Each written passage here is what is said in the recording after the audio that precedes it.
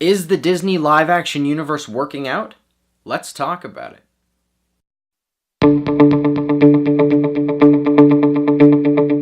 Hello Fanatics, I'm Dylan Phillips, and this is the Film Fanatic Review bringing you Beauty and the Beast with Emma Watson, Dan Stevens, and Luke Evans.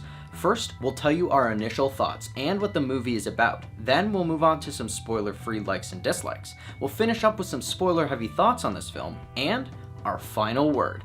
Overall, this movie was slightly better than I expected. Aside from a couple of new things, this film is essentially a carbon copy of the original animated feature, and for good reason.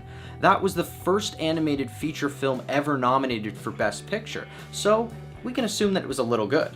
Beauty and the Beast follows the fairy tale of a young woman who becomes the prisoner of a monstrous beast, unaware that he is a cursed prince.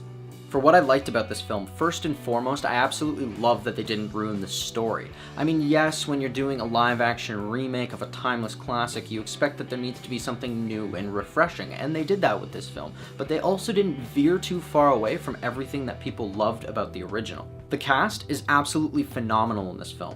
I was a bit skeptical about the singing voices of Emma Watson, Dan Stevens, and Ewan McGregor, but they all proved me wrong. And I was also a little bit skeptical about the casting choice of both Luke Evans and Josh Gad, but both of them seem to be the best two characters in this film. I find that the cast as a whole did so well because they were able to enhance these already deeply rich characters, thanks to some new subplots. The added subplots and mythos in this live-action remake definitely make it worth watching, and certainly make this story stand on its own. The added songs aren't terribly memorable, but that's when you're comparing them to the timeless classics of the original.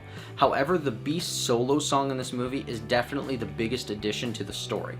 As for what I disliked, I can't really nitpick. This film was shot beautifully, filled with that feel-good Disney magic. And that's where I'll end our spoiler-free thoughts on this film. If you want to hear our final word or rating of this film, pause now and click the link in the description, because now it's time for spoilers. The first thing I'm going to talk about is that a lot of people have had mixed reviews about both the CGI in this film and the original songs, and I have to disagree. When you're going into a movie in the Disney live-action universe, you have to expect something like this, where you're going to have talking animals and talking objects, so excuse me if the CGI isn't as realistic. I'm suspending disbelief to go into the magical world of Disney. Whereas with the songs, I can understand if they're not as memorable as the timeless classics, and perhaps in 10 to 15 years they might be. But they did what they're supposed to do, and that's just enhance this film and make it a little bit different than the animated feature. I found that Dan Stevens did an amazing job as the Beast, as he was able to take all the emotions from the animated feature and put them into such a deeply rich performance. On top of that, I wasn't a huge fan of what the Beast looked like in all the trailers and posters leading up to the film, but after watching it, I'm sold. I was also very pleased with the performance of Josh Gad as LeFou in this film. In the original, he's basically the lackey of Gaston and has no mind of his own, whereas in this movie he has a conscience and debates whether or not Gaston has the right intentions, and that is one of the improvements that I see in this film compared to the original. Also, I'm so glad that Ewan McGregor was actually able to pull off the song Be Our Guest with a French accent. I was so concerned going into this thinking that it was going to sound terrible, but it's surprisingly good. And finally, to me, the character that I enjoyed most was probably Maurice.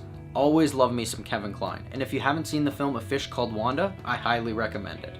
And my favorite scene by far is when Belle playfully throws a snowball at the Beast, and so he decides to make the biggest snowball known to man and catapults it straight at her face. It had the entire theater cracking up. So, with the thoughts heard, here's our final word.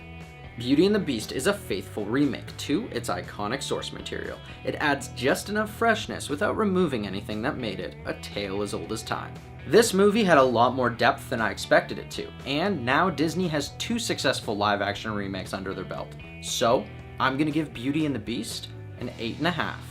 Thanks everybody for watching our review. Are you planning on seeing Beauty and the Beast, or if you've already seen it, do you have something to add? How does this movie compare to the original animated feature? Let us know in the comments below. I'm Dylan Phillips, and this has been the Film Fanatic Review. If you like this video and you want to see more, hit that like button and subscribe to our channel. Check out our latest Fanatic 5 video where we discuss the top Samuel L. Jackson roles. Don't forget to follow us on our social media. We post new videos every Monday, Wednesday, Friday, and Sunday. Until next time, Fanatics, keep it real.